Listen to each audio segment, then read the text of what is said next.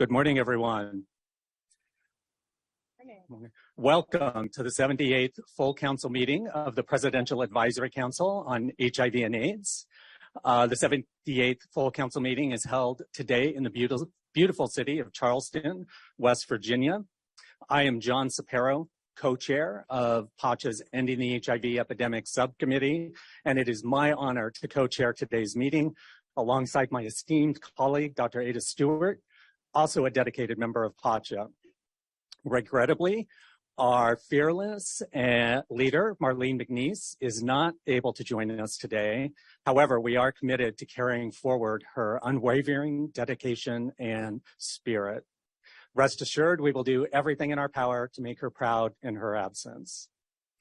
And sadly, today is the last meeting for Dr. Stewart, Greg Alton, Mark Meacham, Rafaeli Navarez, Dr. Michael Sag, Justin Smith, and myself. We'll have time later on in the meeting to reflect this afternoon on our work and participation.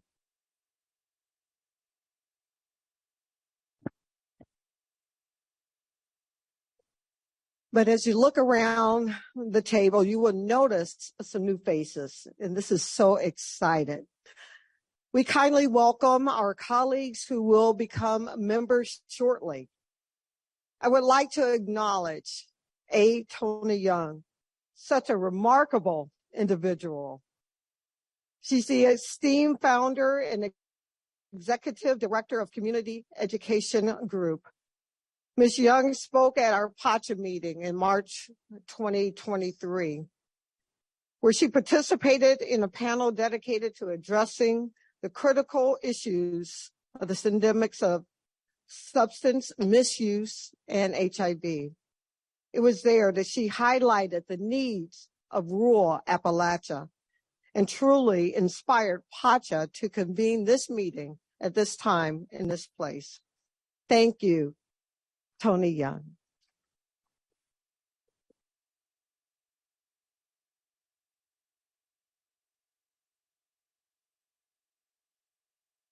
Thank you, PACHA members, federal colleagues, and community partners for joining us today.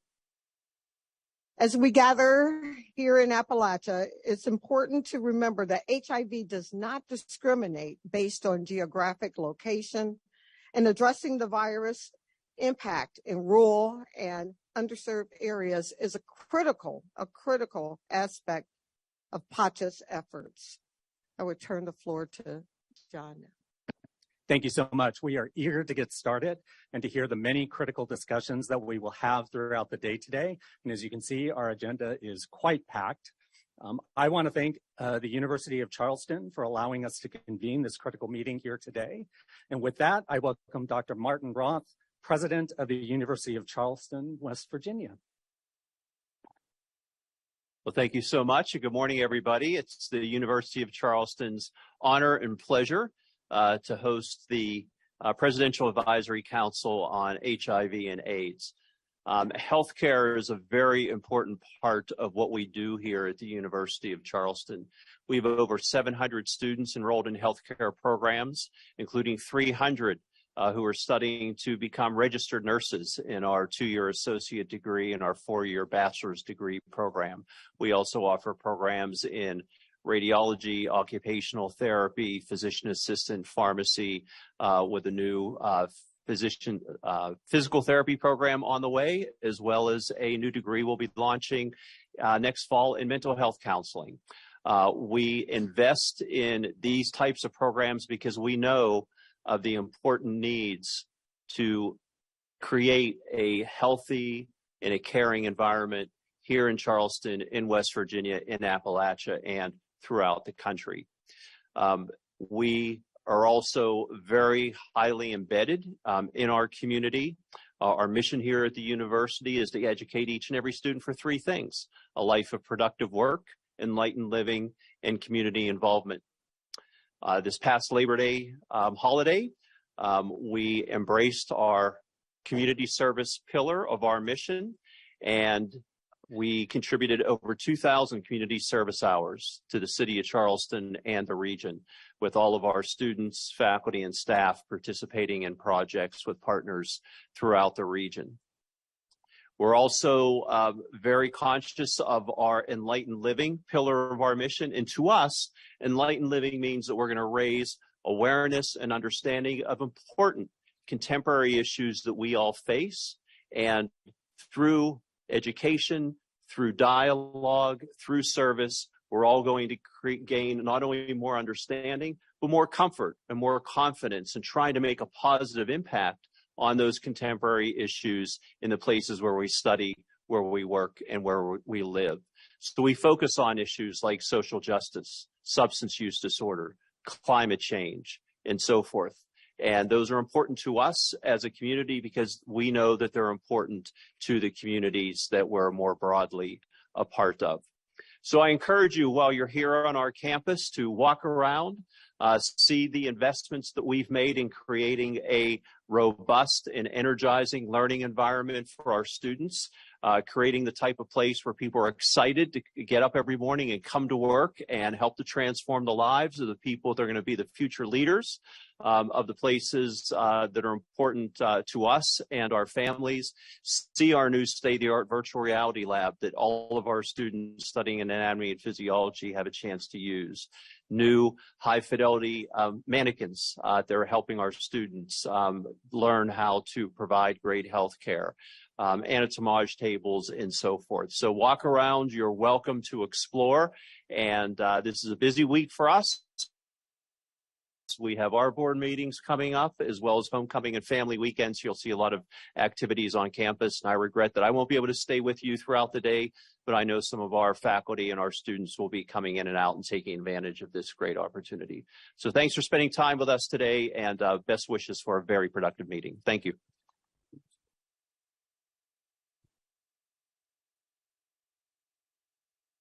It is now my distinct pleasure and privilege to welcome Admiral Rachel L. Levine, MD.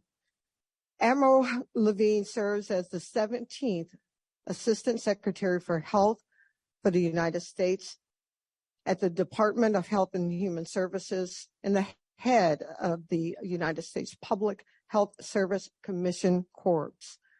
She fights every day, and I mean every day, to improve the health and well-being of all Americans. And we thank her for her service. Admiral Levine.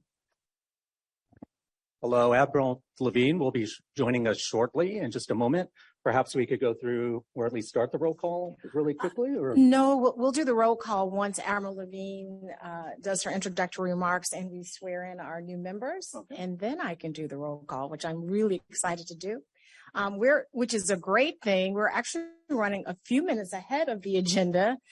I know, right? So should I yield as to say I hold this time for later? But yes, so we're running, and Admiral Levine is notoriously early. So I know she'll be here any minute, but we are running a few minutes behind. But there is an opportunity to do a gift. Yes, I would like to welcome Joe Solomon. He has something he'd like to share with Admiral Levine, and we thought this is a perfect opportunity. Joe, there are microphones at the side of the room. I hate to put you on the spot, but why not?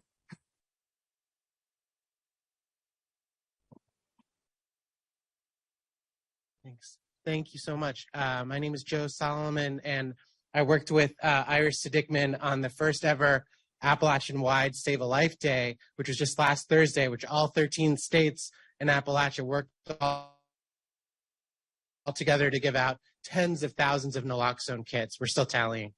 And we drew much inspiration from Admiral Levine, who in 2019 ran, working, at the top health position in Pennsylvania, ran Pennsylvania's first free naloxone day in 2019, which was a very, very innovative effort at the time. And we connected with her office, learned a lot, and then brought that to early pilots in 2020, and it grew in 2021, and it grew in 2022, and now it's all 13 states in 2023, and who knows next year. So this is a certificate for offering inspiration for the very first Appalachian-wide free naloxone day. So thank you.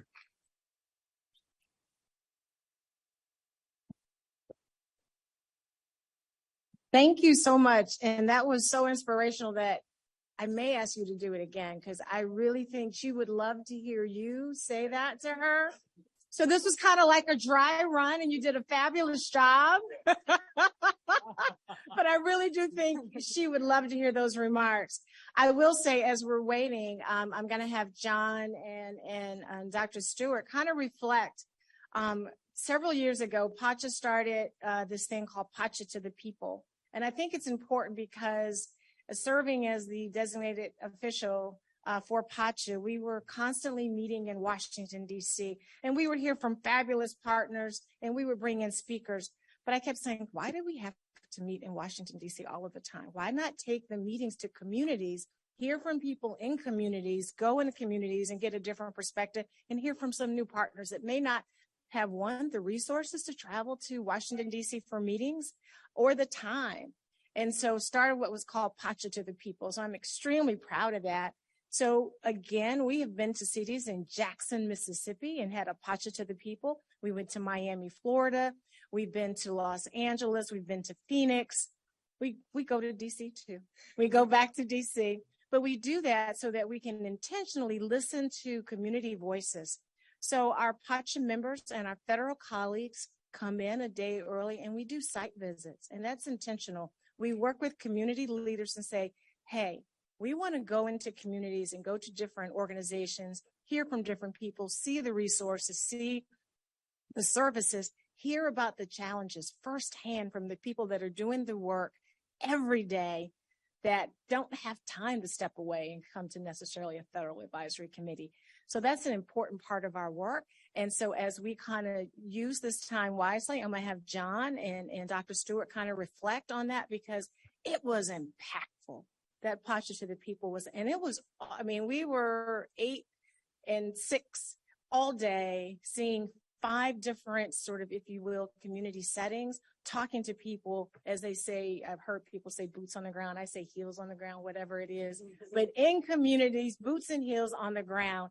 And it's so rewarding to me that I look into the audience and I see so many of the people we saw yesterday that they're here today.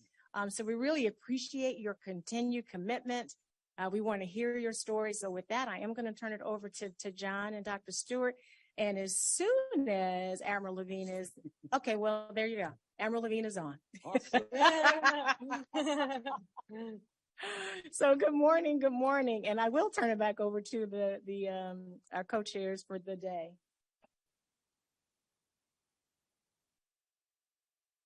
So again, welcome, Dr. Admiral Levine.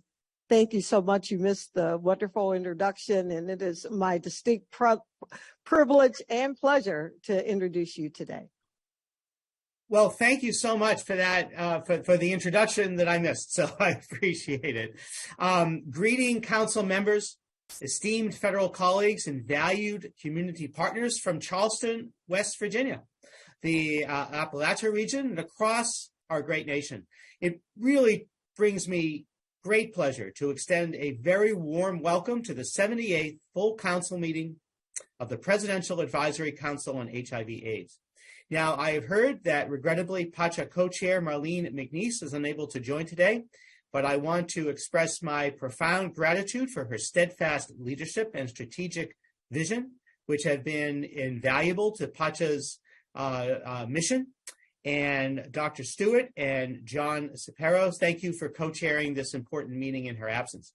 I would also like to sincerely thank Ms. Kay Hayes, who does such a fantastic job. She is a great example of leadership, and she is a committed champion of public health. In her roles as the Deputy Assistant Secretary for Infectious Disease, Director of the OASH Office of Infectious Disease HIV/AIDS Policy, or OIDP, and Executive Director of PACHA, her passion and her relentless pursuit of progress continue to be a driving force accelerating our collective public health efforts.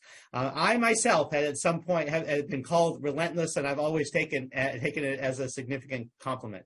And thank you to every PACHA member, federal partner, and community member joining today's meeting for your unwavering dedication to ending the HIV epidemic, both within the United States and globally. I understand that many of you were recently in Washington, D.C. Participating in the United States Conference on HIV/AIDS, this year's theme was a love letter to Black women. How fantastic of a theme. I am thrilled to learn how Black women were highlighted for their leadership and contributions to our united goal to end the HIV epidemic.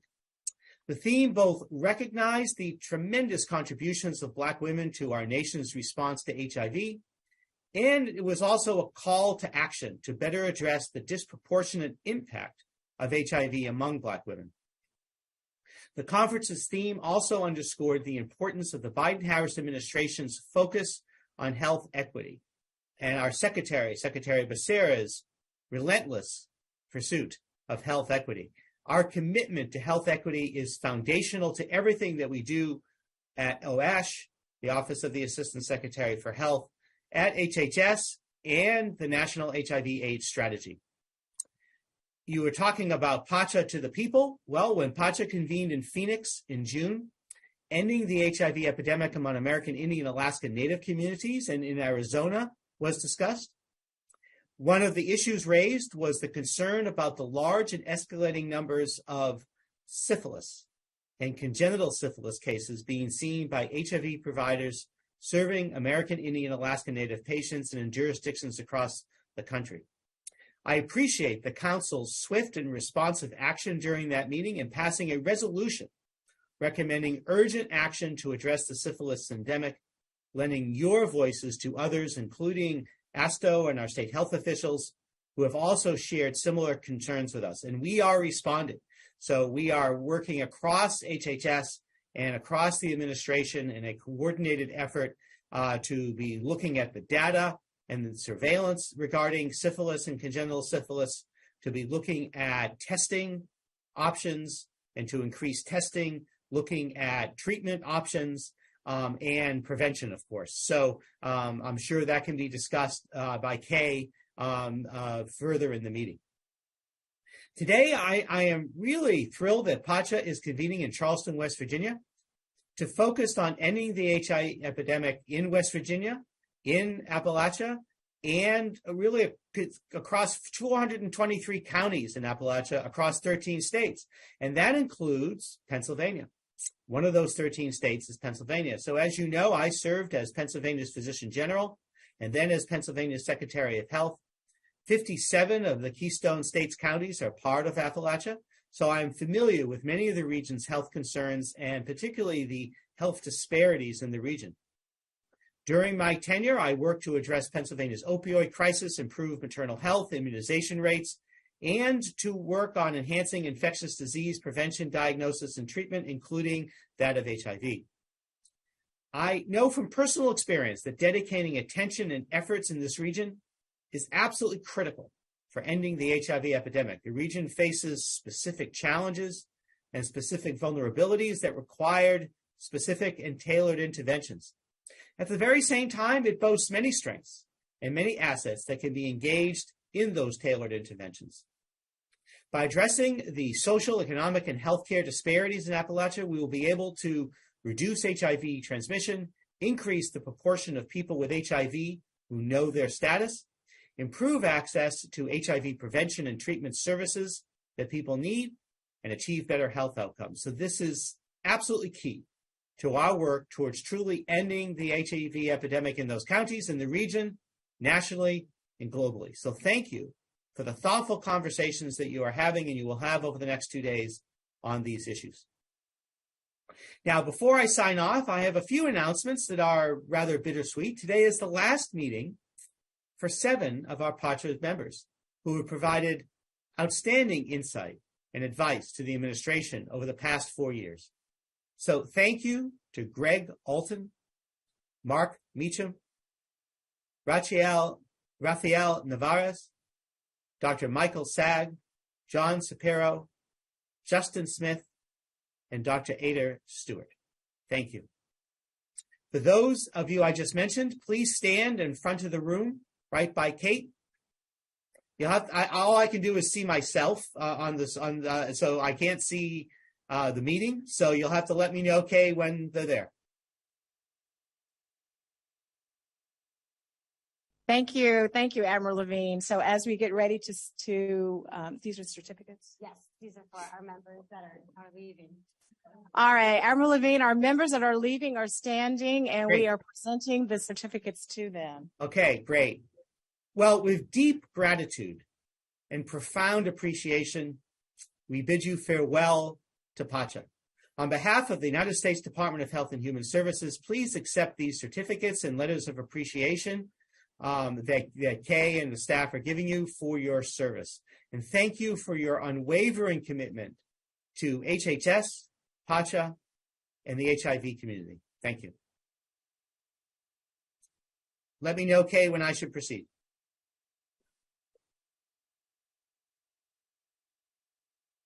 Dr. Levine, thank you so much. It has been an honor to serve. I've been overjoyed since day one when you filled your position, and it I think for all of us that we'll have the opportunity to share a little later. It has been a wonderful experience being a PACHA member, and I am deeply saddened that I will have to sit out in the gallery as opposed to being side by side with our membership now. And we'll move on to now. And Admiral Levine, I wanted you to hear a gentleman that's here in West Virginia, and he wanted to make a presentation to you. Sure. And so we're asking him to come to the microphone and do such a wonderful presentation that we.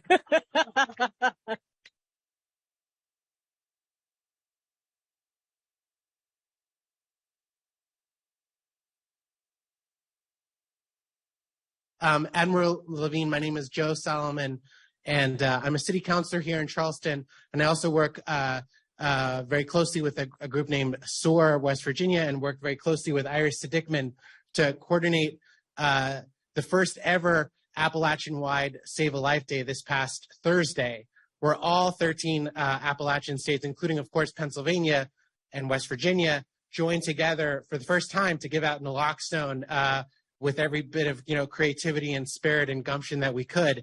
And all 13 states participated with tens of thousands of naloxone kits given out. We're still doing the tally. And you might not quite know, but it connects to you because you organized, as the top health officer in Pennsylvania, the 2019 Pennsylvania wide Free Naloxone Day. And we looked to your model. We even connected. You were very kind, and your team was very kind and generous in offering us advice and giving us tips back in early 2020 when we were getting ready for the first pilot here in West Virginia for a Free Naloxone Day, which we call Save a Life Day here.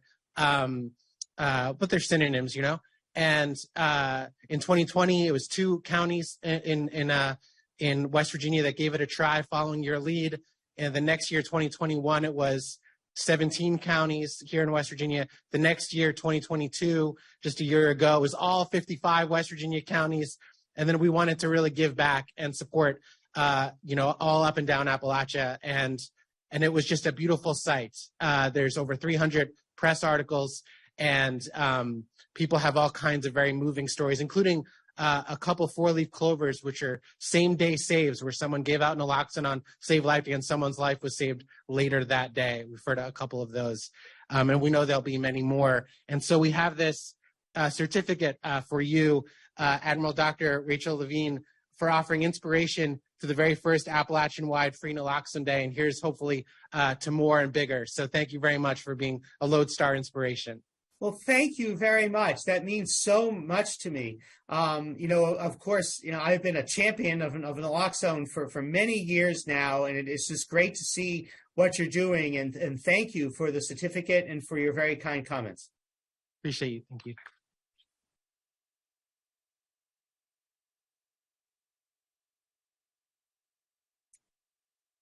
So should I proceed, Kay? Yes, Admiral Levine, you may proceed. All right. Well, thank you. That was very meaningful for me. So in this time of transition, we have said goodbye to PACHA members that are leaving us after this meeting, but we're also greeted by renewal. And while we're sad to see the members depart, today we welcome new members to the council, and we honor the past, cherish the present, and welcome the future with hope and strength and resilience.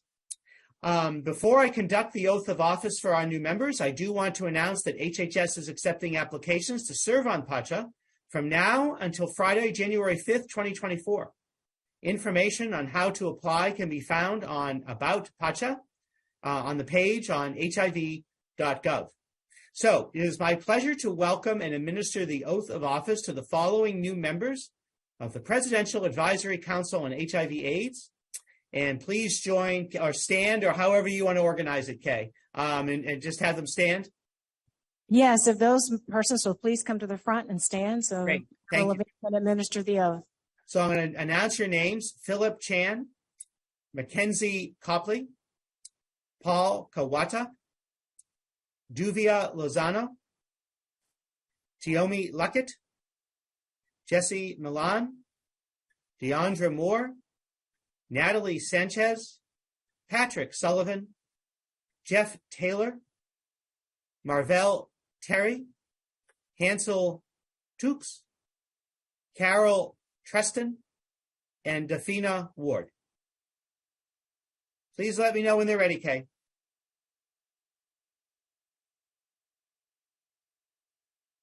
They are ready, Admiral Levine. Fantastic. So please raise your right hand and repeat after me. I do solemnly swear that I will support and defend the Constitution of the United States against all enemies, foreign and domestic, that I will bear true faith and allegiance to the same, that I take this obligation freely, without any mental reservation or purpose of evasion, and that I will well and faithfully discharge the duties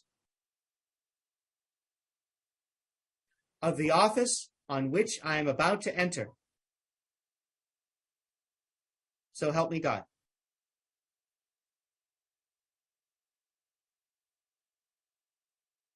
Fantastic. Well, congratulations and welcome to our newest members. The clapping continues.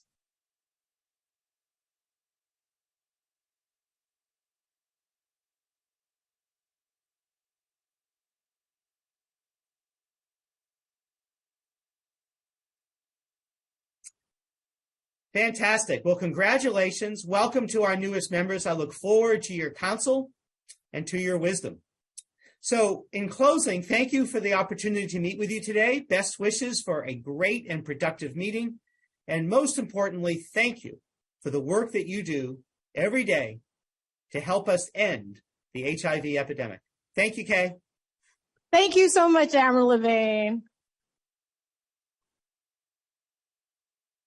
I don't know if you can see the cheers and smiles across the room, so thank you. Well, with that, now I can do roll call. So as a reminder, the mic's at the table. You depress it. If it's red, it's a hot mic. PACHA co-chair, Marlene McNeese. PACHA member, Greg Alton. Present. PACHA member, Guillermo Chacon. Present. PACHA member, Philip Chan. Present. PACHA member, Tori Cooper. Present. PACHA member, Rania Copeland. PACHA member, Mackenzie Copley. Present. PACHA member, Alicia Diggs. Present virtually. Thank you, so noted. PACHA member, Vincent Guillermo Ramos. Present. PACHA member, Jennifer Cates. Present. PACHA member, Paul Kawata. Present. PACHA member, Duvia Lozano. Present. PACHA member, Tiomi Luckett. Present. PACHA member, Mark Meacham. PACHA member, Jesse Milan. Present. Thank you. PACHA member, DeAndre Moore. Present. PACHA member, Leo Moore. Present. Pachamember Rafaele Nevares. Present. So noted, Rafaele. Pachamember Laura Platero. Pachamember Kayla Quimbley. Pachamember Mike Sag. Here. Pachamember Natalie Sanchez. Present. Pachamember John Sapero. Present. Pachamember Justin Smith. Present. Pachamember Ada Stewart. Present. Pachamember Patrick Sullivan. Present. Pachamember Marvell Terry. Present. Pachamember Hansel Tukes. Present. Pachamember Carol Tresden. Present. Pachamember Defina Ward. Present. Pachamember Daryl Wheeler. And our CDC HRSA Advisory Committee on HIV, viral hepatitis, and STD prevention and treatment, also known as the CHAC, our liaison, Wendy Armstrong. Present virtually. I am going to also call our federal partners, David Johnson, Present. Adrian Shanker, Present. Timothy Harrison, Present. John Ogutumalade, Present. Rick Haverkate, Present virtually. Jonathan Merman, Robin Neblett Fanfare, Present virtually. Heather Hauk, Present virtually. And Yemisi is in the room. Yemisi Odosanya, Present. Ernia Hughes, Kristen Roja, Present. Timothy Holtz, Present. Jessica Lee, Maureen Goodnow, Present virtually. Rita Harcrow, Edwin Walker, William Dilday, Sharonda Brown, Present. Caroline Talev. Present. Great. Thank you so much. Our federal partners representing Centers for Disease Control and Prevention, Substance Abuse and Mental Health Services Administration, HRSA, our Health Resources and Services Administration, the immediate office of the Assistant Secretary for Health, so across HHS as well as other offices, the National Institutes for Health, all of our federal partners are represented. I turn it back over to you, John and Ada. Thank you. How wonderful to hear our new members not only be present in the room, but present in the work. And there's a lot of work to do. And I'm so wonderful, so excited that you are at the table with us today. And let's start that work. We will begin with a presentation of epidemiology of HIV in Appalachia. This will be facilitated by Dr. Stewart and Mike Sag. I'll turn it over to both of you. Thank you, and welcome. Yeah, please. While our speakers are taking their seat, I'll introduce them quickly. Matthew Christensen is a commissioner for the West Virginia Department of Health and Human Resources in the Bureau of Public Health, and as a West Virginia State Health Officer. And since 2020, he's been serving as director of DHHR's Office of Drug Control Policy, a position that was appointed by Governor Jim Justice. Prior to joining in this role, he served as an associate professor at Marshall University, the School of Medicine there, and on the Department of Family and Community Health, where he practiced primary care and addiction medicine.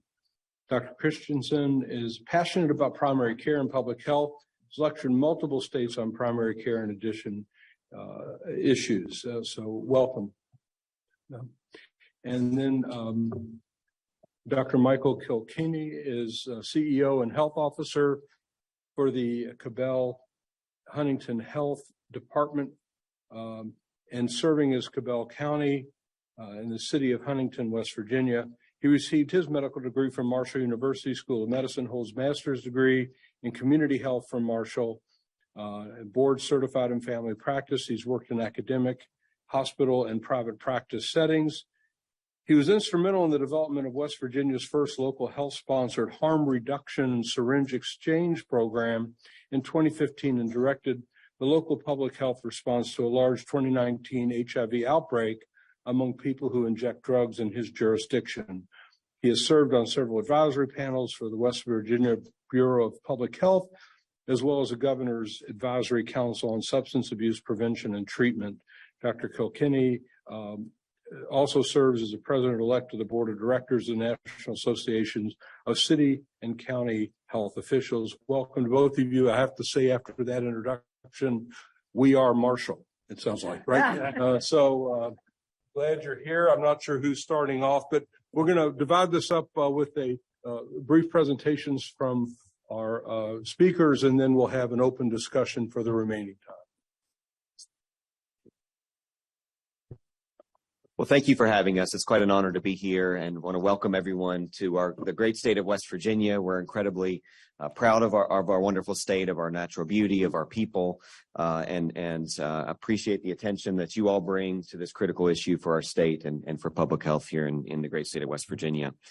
I'm going to give you a little bit of background on the history of HIV here in Appalachia and in West Virginia specifically. We've historically been a low incidence state of HIV. However, recently we have that increasing incidence has begun to increase up to and close to the national average at this point. The majority of those new cases, and the reason for the drive of that increase in incidence, is the association with injection drug use. It's no history to many, and it's well worn on Hulu and Netflix. The status of the flood of prescription pills that we suffered here in West Virginia, which then led to an increase in injection drug use and illicit substance use. And individuals with that background can oftentimes be very difficult to link to care, can be difficult to retain in care and maintain in care. And so the story that you'll hear today about that increasing incidence is that story, the story of the social determinants of health that we're working on addressing here in the state of West Virginia. And I'm inspired by Admiral Levine's words about how we have to look at the whole person view and have to look at the issues of housing, of transportation, of adverse childhood experiences, and all those other core drivers of addiction in order to adequately address HIV and the spread of injection drug related diseases and disorders. In 2021, we saw the majority of the cases in West Virginia were predominantly male, around 65%. 69% were between 25 and 44. Around 65 were linked to HIV medical care within a month of diagnosis. 78% were linked within 3 months. However, around 10% had no evidence of receiving care within a year of diagnosis. So we still have clear opportunities there to improve. As the HIV prevalence has increased over the past decade or so, we have expanded access to services throughout the state of West Virginia, and clearly we still have more work to do, but we have been very successful in working to increase the number of treatment providers for addiction. We have more MAT programs than we've ever had. We have more recovery residences and more treatment beds in the state of West Virginia than we've ever had. And we continue to do more outreach and more novel forms of outreach to reach people that we have not yet reached. We have people in this room who are doing absolutely innovative things, first in the nation, examples here in West Virginia to address people with substance use disorder, to try to intervene and get them linked to care reliably and meet them where they are. We have, at the state level, launched a series of initiatives to try to address these issues. One is the continued work of the Governor's Council on Substance Abuse Prevention and Treatment, which has a multidisciplinary approach from working with criminal justice settings to recovery settings to education to healthcare to public health and everywhere in between, to try to again connect with this population and get them into care as effectively as possible. We have also published in the past 6 months through the Bureau for Public Health, the HIV and Hepatitis Elimination Plan, which just 2 weeks ago we met with the stakeholder team to transition that plan from a planning group to an action group to make sure that this isn't just a plan that sits on the shelf and that we make real material measurable changes with the actions that are highlighted in that plan, which follows the 4 pillars that diagnose, treat, prevent, and respond. We also have launched a statewide review, a morbidity review of individuals who are diagnosed or are missed opportunities, to identify missed opportunities, a review team for congenital cases or cases that we may be able to improve with regards to HIV, hepatitis, and congenital syphilis. And we've, at this point, we're currently monitoring 4 clusters throughout the state. As West Virginia is a very rural county, we have real barriers to treatment access and to screening and prevention work. Most of our clusters are centered around the more urban areas. Again, in West Virginia, an urban area is about 50,000 people, so we're a bit unique in West Virginia in that realm. But we are continuing to make progress in tracking those cases and getting people into care and working to prevent the ongoing transmission of HIV among those individuals. Again, I can't emphasize the creativity that we have here in West Virginia and the really amazing work that's happening on the ground that I know you all are going to hear about today, from our local health departments to our federally qualified health clinics, our free clinics, our hospital systems, our Ryan White programs. They're doing innovative things that no other state is doing to meet the needs of people right here in Appalachia. So I want to thank you all for your attention to this issue. It's an important issue for us here in West Virginia, and encourage you all to take as much and absorb as much as you can from us today, because I think we have a lot of lessons for other municipalities and states. Thank you all.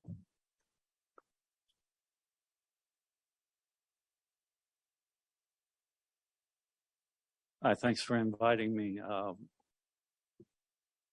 trained as a health officer at Marshall University back in the late 20th century, and it took me 28 years to get a job in public health. And during that time, I certainly studied management, and management, and especially transformational management, is my expertise that I bring to the table. I don't have expertise in HIV. As Dr. Christensen said, West Virginia and Cabell County have been low incidence areas. And so during my 28 years in the exam room, I never made the diagnosis of HIV. I rarely saw a person living with HIV, and I didn't know very much about that. That ended up being one of the hindrances to our response, I think.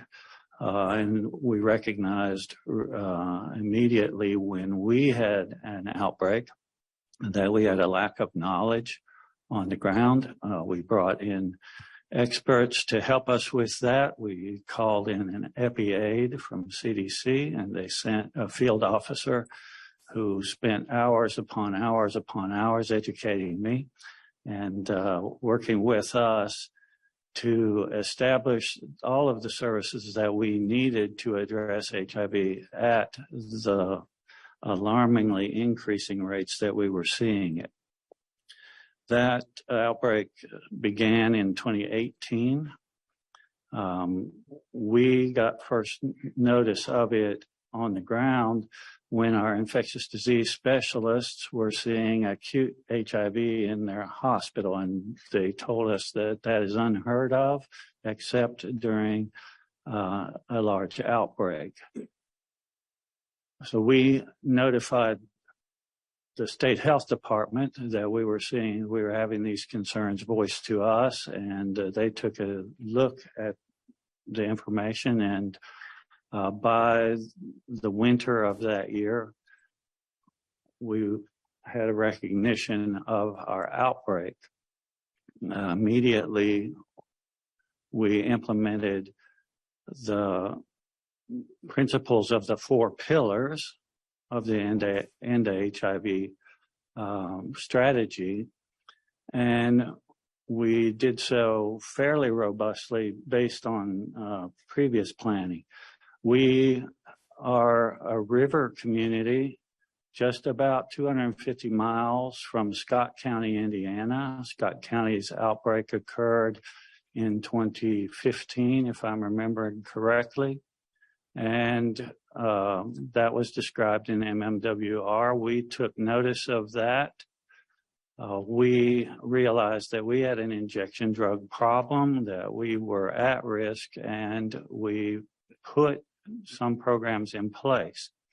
In 2018, we did a population estimate. We found out that we had 10 times the overdose rate because we had 10 times the rate of use. And so we scaled our intervention to the population needs, and we had some success. I will make sure that I clarify, because there's a representative here of the first recognized syringe service program in the state. I helped establish the first government health department sponsored program, not the first program in the state. So I want to clarify that. But having that program established in our community before the outbreak started was one of the key elements of our success. We have learned just recently in continued discussions with the CDC outbreak field officers that when they came to Huntington to work with us, that was the most rapid expansion of the outbreak. So we had an EpiAid in place at the very onset of the rapid part of the outbreak. That made our community not be another Scott County. And we don't really compare ourselves to other communities in one way or another, except in what are the similarities, what are the differences. We were able to learn very quickly that we were more an Athens, Greece than we were a Scott County. We learned techniques and strategies that we could put in place, that we implemented with very strong local partnership, huge buy-in from our university medical school, our large local FQHC. We expanded the diagnostic capability. We expanded the treatment capability, and we already had some prevention in place. We implemented additional prevention entities, especially in planning and implementing PrEP among people who inject drugs. We found however, a very interesting gap in that, and that we had already asked our participants in our harm reduction program what their interest was in PrEP, and 85% said they were interested in PrEP. That was before PrEP was available to them. When PrEP became available to them, 15% actually took advantage of it. And so we have worked to determine what the reasons are for such a low uptake. We're hearing nationally that is the experience elsewhere. We are very saddened to recognize that our experience of HIV coming to a community of low incidence is expanding also. So I think that if I have comments, it will be in support of the 4 pillars, in support of the expert technical assistance that we received, and in support of responding before you are required to respond.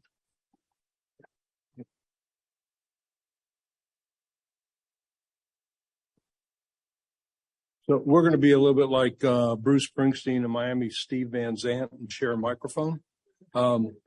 So Dr. Stewart. Thank you so much, Dr. Kilkenny and Dr. Christensen. Wanted to go ahead and open the floor for any questions or comments from our PACHA members around the table. Especially for new members, if you have a question, just do that. And then once you get through with that, then you do that. It's pretty straightforward. Just before I get you, I just wanted to ask one quick question. I was really taken with your comment about how we have great strategic planning and then getting it from sitting on the shelf to action. Action takes money. And so I think most states now are in line to get opioid dollars from settlement cases and that type of thing. What's a proportion of dollars coming to West Virginia, and how do you plan to use that in implementing your plan? That's a great question, something that's on a lot of our minds. I just as not in my role as state health officer, but I'm also on the board, the foundation board that will be dispersing and making recommendations to disperse that money throughout the state. And as of right now, it's early. There were a handful of gubernatorial appointments and then elected appointments throughout the state that represent the regions. We have in West Virginia, if not the highest, one of the highest per capita rates of opioid abatement money returned to the state of West Virginia.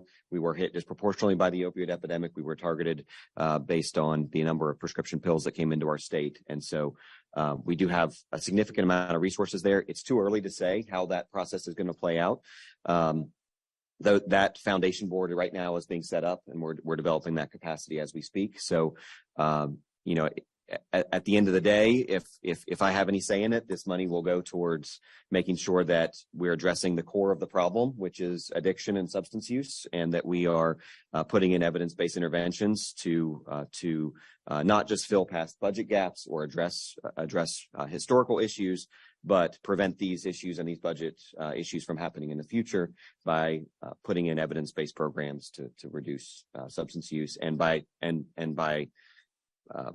follow on injection drug use and by follow on HIV, hepatitis, and other bloodborne diseases. It's very helpful. And the threat is that a big chunk of money coming to states often can be diverted to things other than their intended purpose. So that's something you got to be obviously aware of. Great. So want to start with Jesse, your question.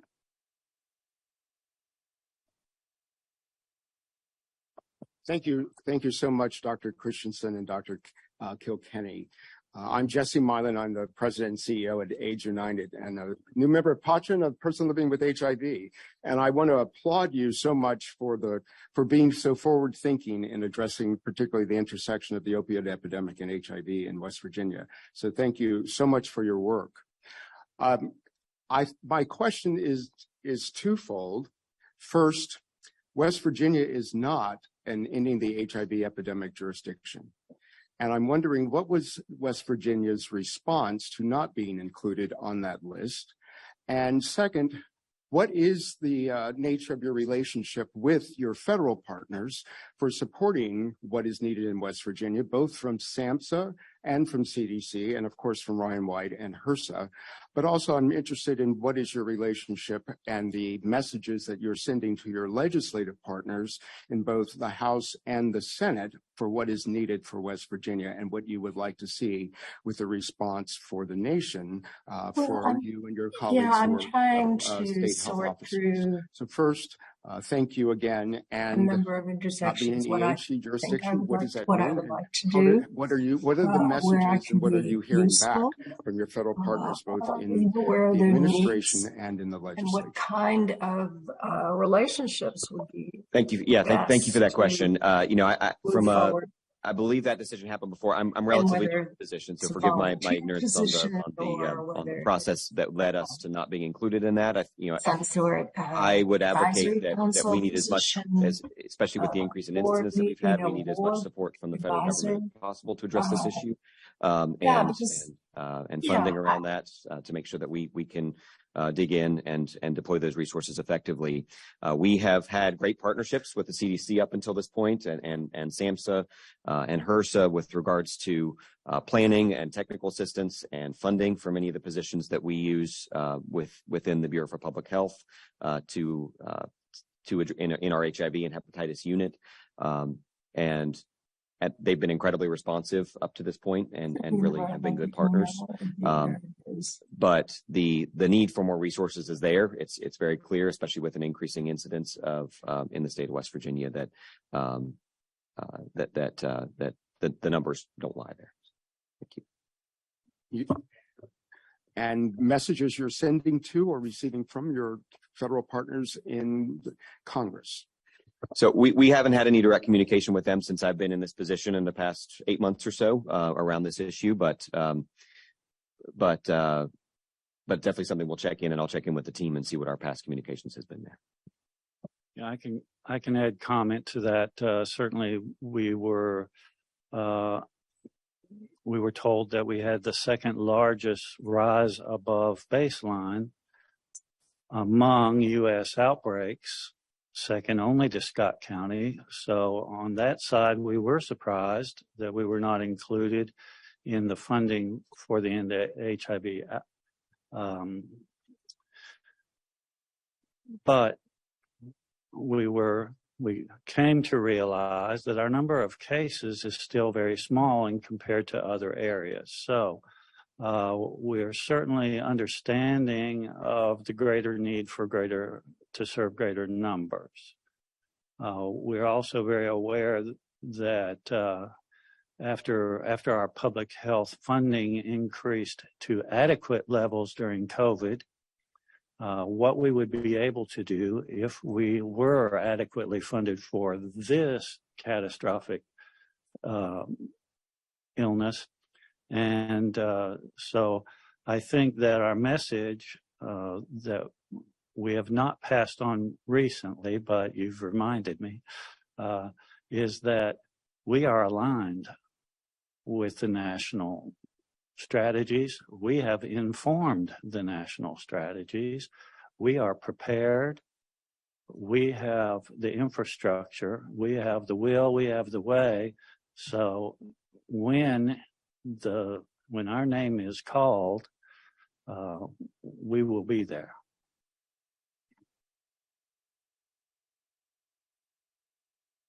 Fantastic. Next, we will have Vincent. So I want to thank Dr. Christensen and Dr. Kilkenny for the presentations. Thank you very much. I'm Vincent Yamaramos. I'm the Dean of the Duke University School of Nursing and the Vice Chancellor for Nursing Affairs at Duke. And so, again, I really appreciate your comments and the overview. I'm just trying to understand a little bit more. And I think today I'll learn a lot from hearing from folks on the ground about the epidemic here in West Virginia. And so I'm hearing a couple of things. One, low incidence. I'm hearing increasing incidence. I'm hearing about 4 specific clusters. But I'm curious if there's anything more that either of you can do to characterize your epidemic. 65% male. Is there any sort of role of MSM in that transmission? Among people who inject drugs, is sexual behavior implicated at all? You mentioned 25 to 44, fairly wide range, but young people, how do they fit into this? And just in general, getting a better sort of understanding of what's really happening.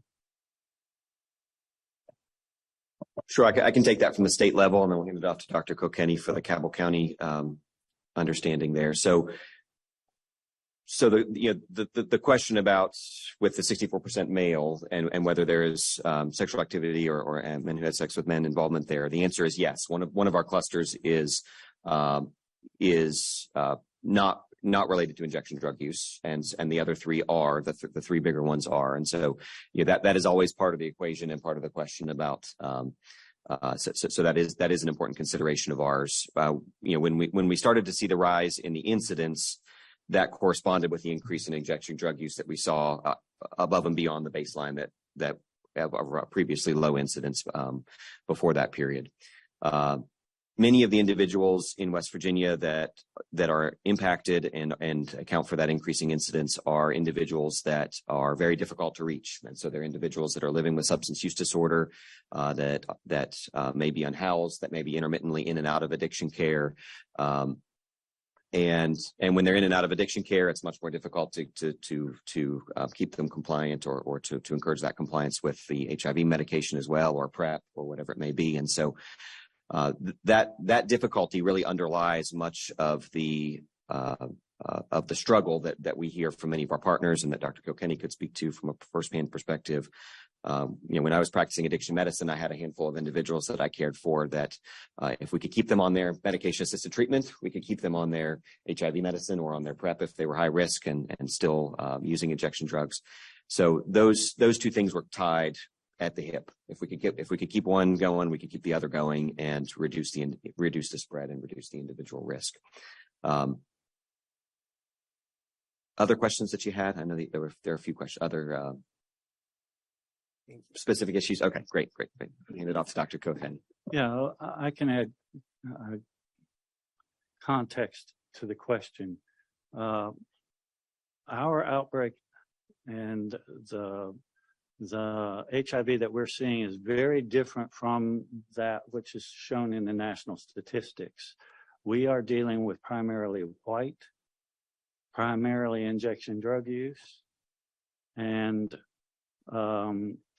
then about that split gender and the age group of the 30s, some trend toward the 20s. So we're addressing most of our acute effort towards that population. We have not lost sight of our population from the LGBTQ plus that are still at risk, that remain at risk under those better understood demographics and epidemiology. But the bulk of our response has been towards this new demographic and this new epidemiologic group.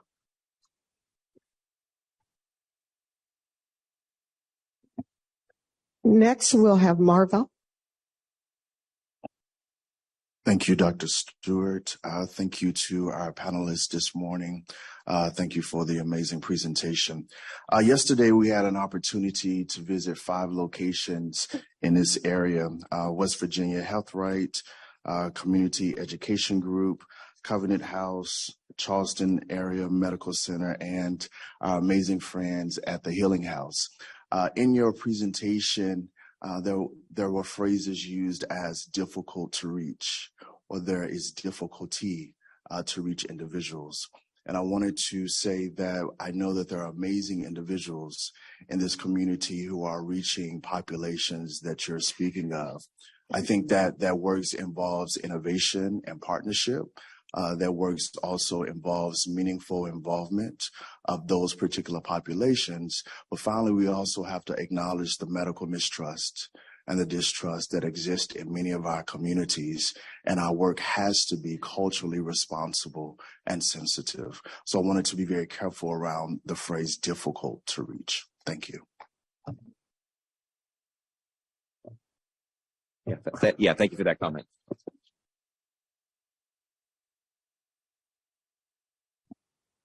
Thank you so much. Next, Hansel. Hi, I am Hansel Tooks. I'm from Miami, Florida. I'm a physician at the University of Miami, and I work in harm reduction and bringing low barrier HIV care to people who inject drugs. So first, I'd like to say thank you for having us here in West Virginia, beautiful state. I heard you mention that you had 78% linked to care within 3 months. What was the viral suppression in that group of people? And then after that, I was just wondering, I wasn't able to make the site visits yesterday, unfortunately, but I heard about the significant imposition placed on the syringe services programs here in West Virginia. And I was very heartened to hear, Dr. Kilkenny, that you support the pillars of EHE, and a key part of the PREVENT pillar is syringe services programs that can also be used to diagnose, treat, and respond. So I was wondering, how have you leveraged and enriched syringe services programs in responding to your outbreaks here in West Virginia? Great. Yeah, great question. So I'll address the first one, which was around the viral suppression. So the data that I have here was around 30 to 40% were achieved viral load suppression within 6 months of diagnosis. So there's and I think I gave you the 78% link to care at least within 3 months. I don't have that at the 6-month number. The question about syringe service programs, and you are correct that there were a couple of years ago, there was a bill passed in the legislature that created a requirement for local political buy-in for syringe service programs and limited the exchange rate for syringe service programs in the state of West Virginia. And so that has been a difficult issue for those working in this field and working to provide those services for people who inject drugs and people who are living with HIV. And it's certainly been a very politically sensitive issue here in West Virginia. It's something that is high on our radar to try to help programs that are compliant with those state laws. As it currently stands, that law is our state law, and so we are obligated as state partners and state entities to comply and abide by those rules and within those rules. And that puts many of our partners in difficult situations as understanding what the 4 pillars are and understanding that the science behind syringe service programs. But we are committed at the State Bureau for Public Health of doing what we can within our state rules and laws to work with those programs and try to help them deliver services to the people that need them. Yeah, I'll add to that. I would argue that the Cabell County response and the besides the boots on the ground response, we also measured the response and we published those. So we didn't do that. Our partners did that. CDC published some articles in regards to that, in particular in MMWR and in the American Journal of Preventive Medicine. Our work was described. And the fact that we have the problem that our legislature actually believed that we did have a problem and that we might have done something about it, I think that saved harm reduction or syringe services when that bill, which was initially intended to abolish syringe services, was then amended to only restrict them. We understand that restriction of syringe services reduces their effectiveness. We understand that we're a government entity and people are afraid of government entities, and we are maybe not the best place for a syringe service program, but we're the only place in Cabell County that can have one right now.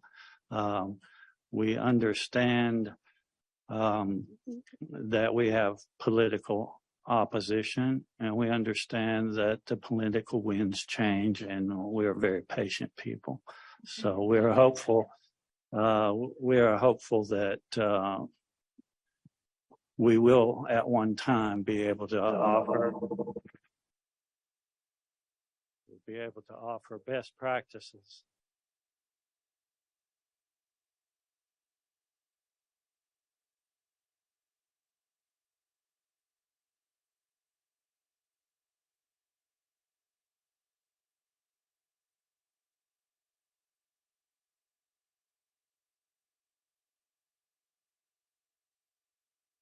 So bear with us as they work out the audio.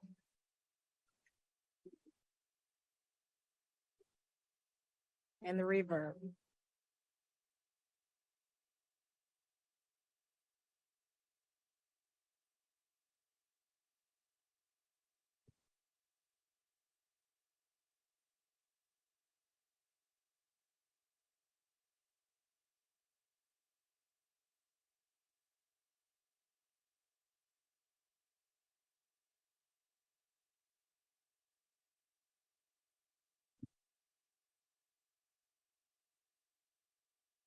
All right, thank you. So next we have Justin. Thank you both for your inspired presentations. I'm Justin Smith. I use he, him pronouns.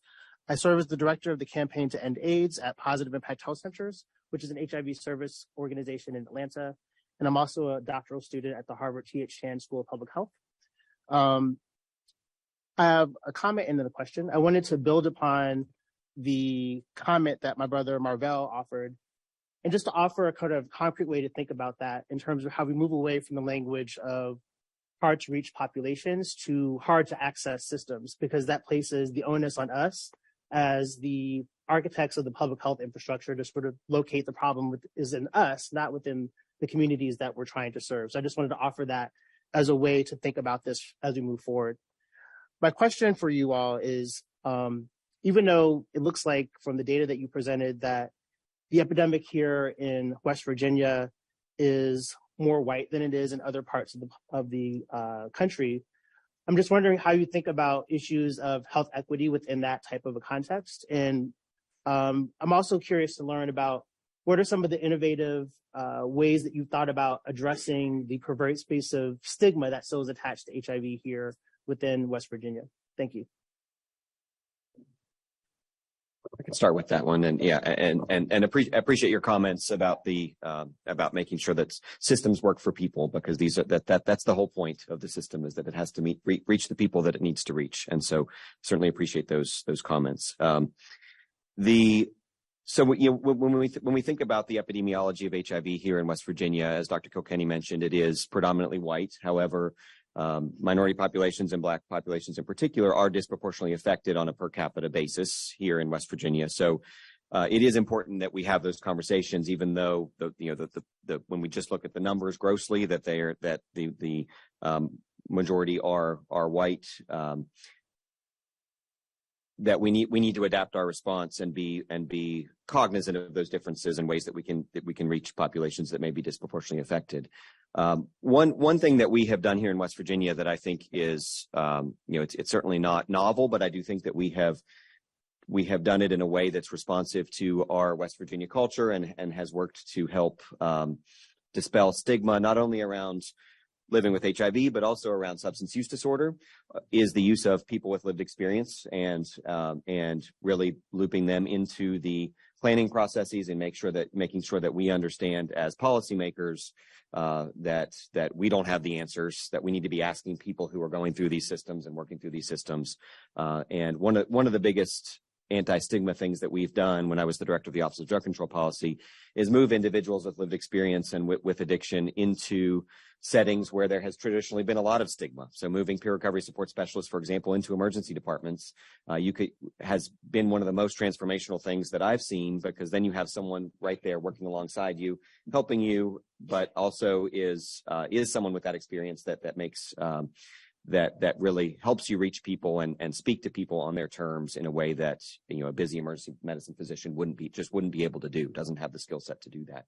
And so I think that's something that we've really been very successful in. We've gotten peer recovery support specialist services paid for through our 1115 Medicaid waiver. We have funded through grant funding opportunities peer recovery support specialists in not only emergency departments, but in criminal justice settings, in our prisons and jails, in law enforcement agencies, to really try to help bridge that gap and reduce that stigma to the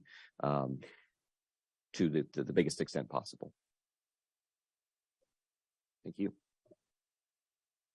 Next, we'll have Carol.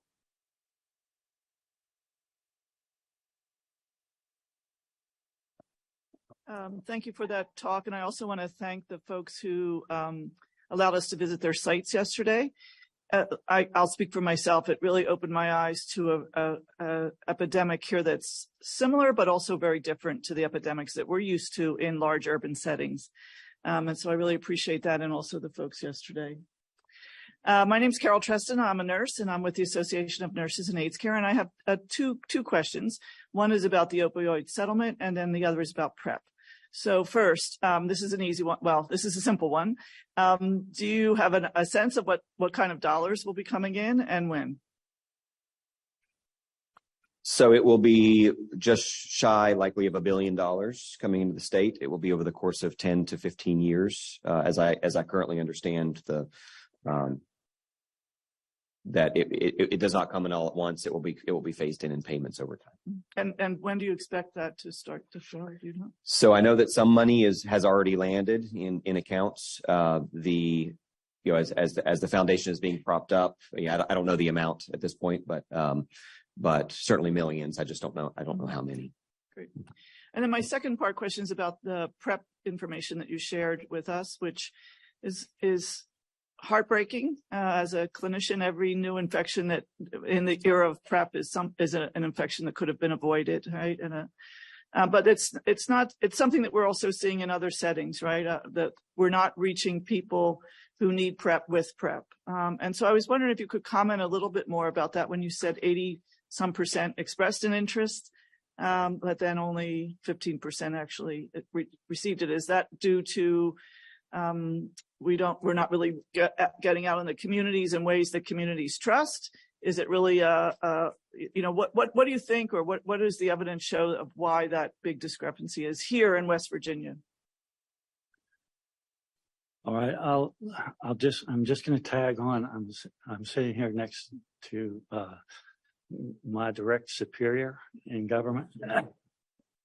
And as I say, that $1 billion is enough for Cabell County.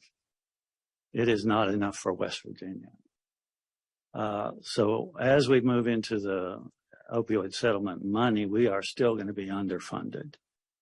On to the discussion of why is PrEP not taking up. And I think that we've begun to initiate some of the conversations that we need to have in order to determine that. We have a tendency in this work to deduce what other people are thinking instead of asking them. And because we have the presence of people who are suffering from this disease in our programs, we can ask them. We have not done a really good job of asking them. I don't think we've done a study caliber level questionnaire to find out why. I have heard some things, some of the barriers from our participants are they seem to have a distorted view of their risk, which is awfully difficult to tell somebody. So I think that's a difficult task.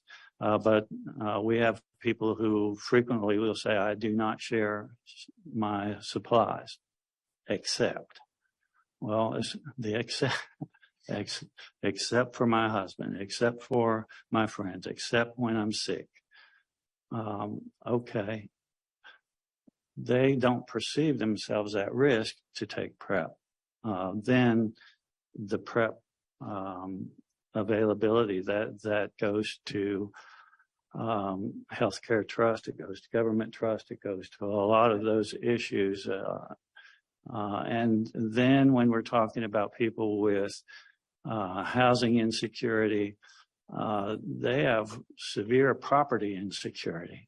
Their stuff is stolen from them daily, and they will tell us that they can't support the medication.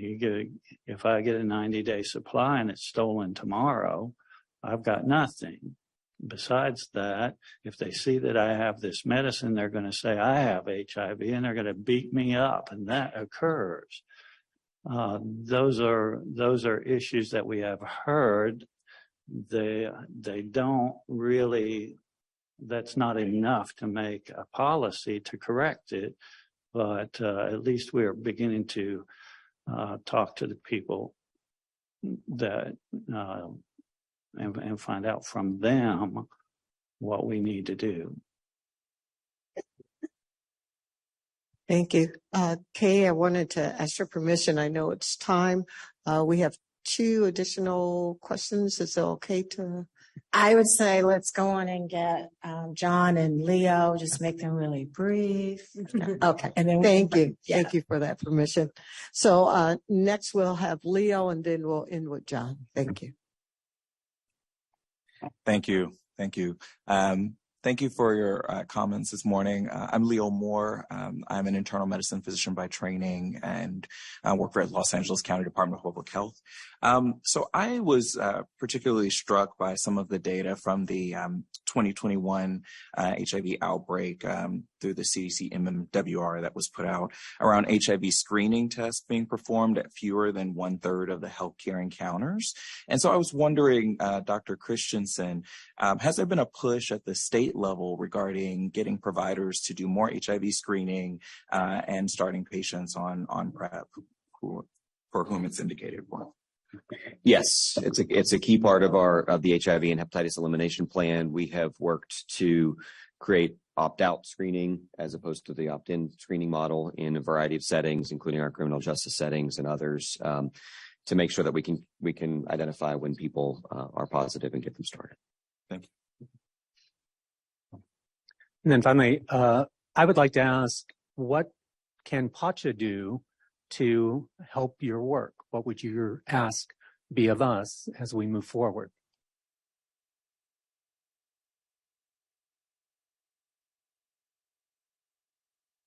Okay, there's the button. Well, first off, I appreciate the support and the attention that you all bring to this issue. We do have a West Virginia does things a little differently, and we certainly have some unique idiosyncrasies in the HIV epidemiology here in West Virginia. I do think the focus on the syndemic and the overlap in and the risk of injection drug use that we've seen, and the focus on at the federal level on how we can continue to mobilize resources, find new resources to address addiction and substance use would be incredibly important, and something that certainly is a focus of ours here in West Virginia, and in coming up with creative new ways. But certainly, if you all see things that are working around this issue in other areas, bringing those back to us to provide that feedback would also be incredibly helpful. When I think about addressing this issue and addressing addiction and substance use, we oftentimes in our conversations at the state level go back to the social determinants of health, which can be incredibly difficult to impact over time. Because they're so multifactorial. Addiction is not just a medical issue. It's not just certainly not just a criminal justice issue. It's not just, it is a trauma issue. It's an education issue. It's an economic development issue. It is a medical issue. It's a social justice issue. And we have to continue to bring everybody to the table to acknowledge how multidisciplinary addiction and substance use are, because none of us, certainly not the Bureau for Public Health by ourselves, can address this issue in a way that's going to make real impact. We have to lead and rally other organizations and other institutions to help us from across not only state government, but federal government, private partners, and non-traditional partners. Workforce development is a critical part of keeping people in recovery long term, and that's not an area we're very comfortable in, but it's something that we're growing into as in public health to make sure that we're taking care of and addressing the big picture. So thank you so very much, Dr. Christensen and Dr. Kilkenny, for really setting the foundation for the rest of the day in our conversations. I'd like to ask Dr. Sag if he has any final comment. I just want to echo what you said. This is exactly what we wanted to start the meeting off. So thank you very much. We're got the platform to build the rest of the day, and grateful for your time and your insights. Thank you. Thank you.